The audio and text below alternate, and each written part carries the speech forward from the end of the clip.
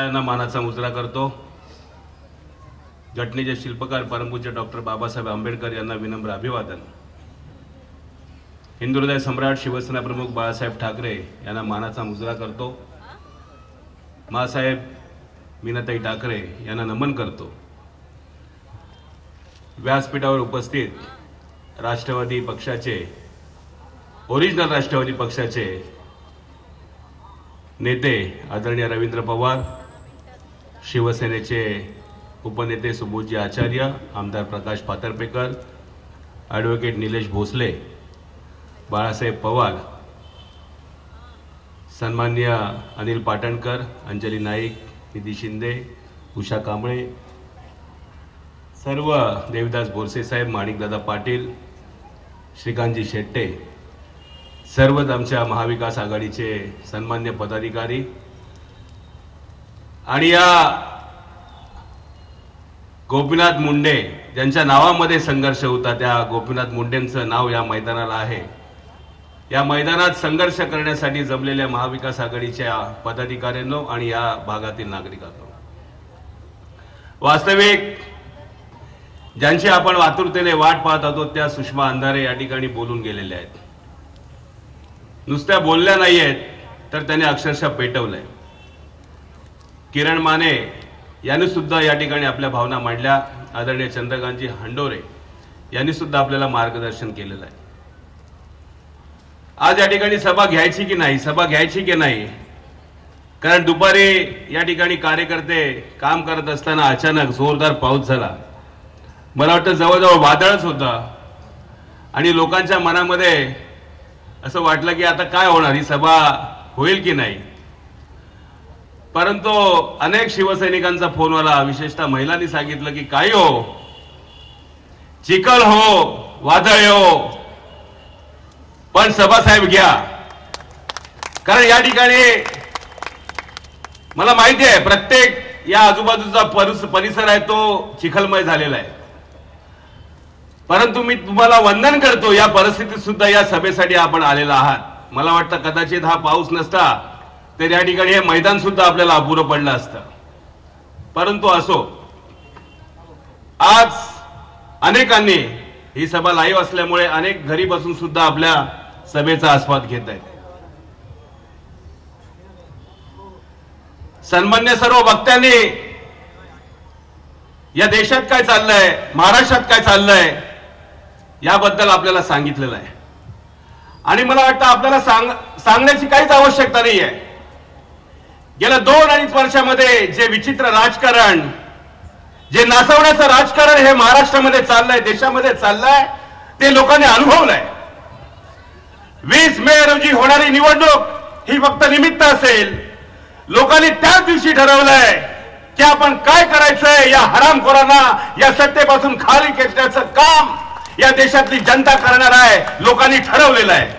फक्त 20 तारीख म्हणजे महाराष्ट्रातली ही 20 तारीख ही फक्त मला वाटतं औपचारिकता असेल। या भागामध्ये आम्हाला ज्याच्याबद्दल अभिमान वाटायचा, ज्याला आम्ही निवडून दिलं, ज्याला आम्ही मतदान केलं, या नागरिकांनी मतदान केलं, या शिवसैनिकांनी मोठं केलं, तो गद्दार झाला आणि आमच्या शिवसैनिकांची मनं ही हेलावली।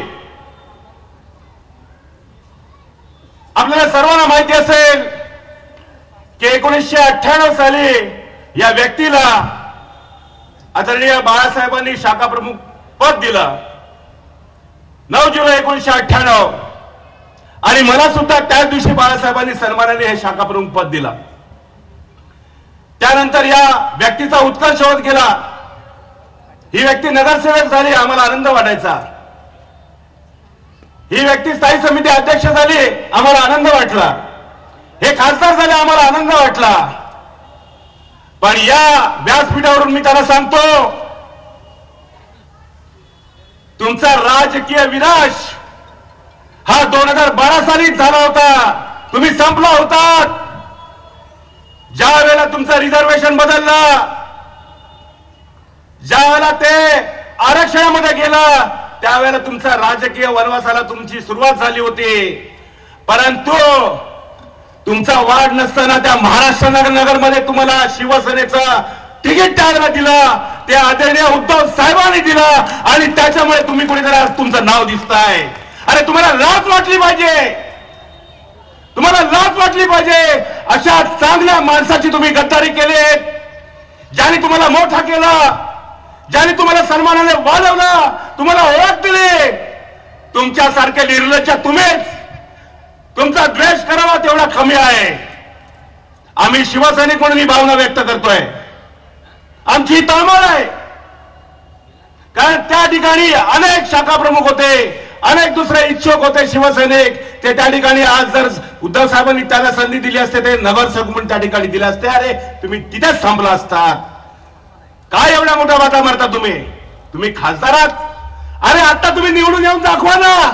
आमचं आव्हान आहे तुम्हाला. शिवसेना उद्धव बाळासाहेब ठाकरे तुमच्या मागे नाही आहे, तुम्ही शून्य आहात. अरे शून्याला सुद्धा किंमत असते, तुम्ही ते पण नाही आहात. तुम्हाला आम्ही दाखवून देऊ. आणि कुणाला दादागिरी दाखवताय तुम्ही? 1 वर्षापूर्वी मला आदरणीय उद्धव साहेबांनी शिवसेनेच्या विभाग प्रमुख पदाची जबाबदारी दिली. अरे त्याच दिवशी तुमची दादागिरी संपली आहे, लक्षात ठेवा. त्याच दिवशी शिवसैनिकांना तुम्ही थेट धमकावू शकत नाही, म्हणून तुम्ही पोलिसांचा आसरा घेताय. एवढा मास तुम्हाला. पोलिसांच्या माध्यमातून खोटे गुन्हे तुम्ही शिवसैनिकांवर दाखल करताय. अरे कुठे फेडाली पापे. ज्या वेळेला तुम्ही त्या मोदीच्या मांडीवर जाऊन बसलात, तुमच्या छातीवर स्मरण करून सांगा, तुमच्या आई वडिलांना सुद्धा ते पटलं असेल काय? आमच्या शिवसैनिकांचं सोडा हो. तुमचा निर्णय तुमच्या घरातल्या तरी पटलाय काय हे तुम्ही सांगा छाती ठोकपणे. हे सांगण्याची गरज मला आज वाटली या व्यासपीठावरून. का तर खोटे नाटे आरोप करण्याचा प्रयत्न यांच्याकडून चालू आहे. आज जी आपली एकजूट आहे, आपली जी ताकद तयार झाली आहे ना, माहिती आहे हरणार. हे मनाने हरलेले आहेत, हे संपलेले आहेत. फक्त 20 तारीख हे फक्त निमित्त असणार आहे, लक्षात ठेवा. 20 तारीख हे निमित्त आहे. आमचा लढणारा प्रत्येक शिवसैनिक हा छातीची ढाल करून तुमच्या समोर उभा आहे. आमचा व्यक्तिगत तुमच्यावर कोणताही हक्क नाही, परंतु शिवसेना संपवायला निघाणारे जे जे कोणी असतील ते आमचे राजकीय शत्रू आहेत आणि कायम राहणार आहेत, कायम राहणार आहेत. तुम्ही काय केलं या गावापासून या वाशी नाक्यापर्यंत? साहेब, प्रकल्पग्रस्तांचे अनेक विषय अजून तसेच आहेत, अनेक विषय आहेत. या HPCL कंपनीमधून 2 अँब्युलन्स यांनी घेतल्या. माहिती आहे का तुम्हाला? कुणाच्या सेवेसाठी अँब्युलन्स आहेत? कुठे अँब्युलन्स आहेत? कधी गावाला एकदा तरी त्या अँब्युलन्सचा फायदा केलाय काय? विनायक मात्र सांगा, सांगा. नाही ना. अहो, ती अँब्युलन्स धुळकात पडली होती. त्या राज पांडेने दाखवला तो व्हिडिओ, नंतर त्याला डिलीट करायला लावला. पण आमचे शिवसैनिक हुशार आहेत, डाउनलोड करून आहे तो आमच्याकडे. आणि आता कुठल्या गॅरेज मध्ये ती गाडी पार्क आहे हे सुद्धा मला माहिती आहे, लक्षात ठेवा. अरे चांगली कामं तुम्ही कधी केली नाहीत. 2014 साली आम्ही तुम्हाला निवडून दिला. 2019 ला ज्या वेळेला आदरणीय आदित्य साहेबांनी प्रशांत भूषण यांची टीम नेमली होती, त्या टीम मध्ये साहेब सेना भवन मध्ये मी त्यांना सांगितलं होतं की पुन्हा एकदा हेच जर खासदार असतील आम्ही निवडून देऊच यांना. शेवटी पक्षाचा आदेश आहे, परंतु कुठेतरी अशी व्यवस्था पक्षामध्ये असायला पाहिजे, त्यांच्यावर नियंत्रण असायला पाहिजे की निवडून आल्यानंतर हा खासदार आमचं काम करणार काय याची शाश्वती कोण देणार. हे शिवसेना भवन मध्ये माझे पदाधिकारी साक्षीदार आहेत. त्यांच्या समोर मी साहेब त्यावेळेला ही माझी भूमिका मांडली होती. आणि 2019च्या नंतर काय, कुठे होते आमचे खासदार? आम्हाला वाटायचं हे दादरला आहेत, हे दादरला काम करत असतील. आम्हाला वाटत हे वडाळ्याला काम करत असतील. आणि दादरच्या लोकांना वाटायचं अरे चेंबूरला भरपूर काम चाललंय वाटतं. पण यांचा पत्ता कुठेच नाहीत. हे कुठे आहेत बघा. सुबोधजीने सांगितलं दुबईला. अरे मग दुबईच्या तिकडे जा. 20 तारखेला दुबईलाच लोक तुम्हाला पाठवतील. कायम राहा तिथे, सुखी राहा. आमच्यातली जी चीड आहे, निवडणुका येतात, निवडणुका जातात, आमदार होतात, आमदार नंतर होत नाहीत, खासदार होतो, खासदार जातो. परंतु आमचा शिवसेना संपवायला तुम्ही निघाले आहात. आम्ही तुम्हाला सोडणार नाही, तुम्हाला माफी नाही. ही जनता आज उद्धव साहेबांच्या बरोबर आहे. ज्यांनी ज्यांनी उद्धव साहेबांना त्रास दिला ते मातीमध्ये मिळाल्याशिवाय राहणार नाहीत आणि त्यात तुम्ही सुद्धा असणार आहात एवढी त्या ठिकाणी खात्री देतो आणि थांबतो. कारण मला भरपूर बोलायचं होतं, परंतु वेळेचा या ठिकाणी वेळेची मर्यादा सर्वांनीच पाळली पाहिजे. फक्त मी एवढंच सांगतो, निव्वळ गद्दारी म्हणून नव्हे, गद्दारीचा बदला घ्यायचाच आहे. पण मला वाटतं आज आम्ही ज्यांच्यासाठी दारोदारी जातोय ते अनिल देसाई, ज्याने 12 वर्ष खासदारकीमध्ये काम करत असताना केवळ आणि केवळ लोकांच्या समस्या त्यांनी मांडल्या.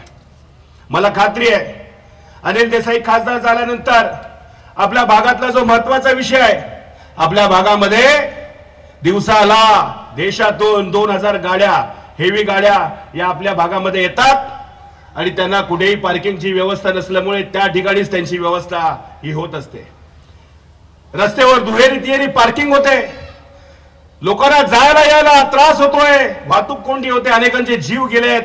पहिली आमची प्राथमिकता असेल देसाई साहेब निवडून आल्यानंतर तर या ठिकाणी ट्रक टर्मिनल झाल्यानंतर आपल्या लोकांना फार मोठा दिलासा मिळवून देण्याच्या दृष्टीने आम्ही प्रयत्न करणार आहोत.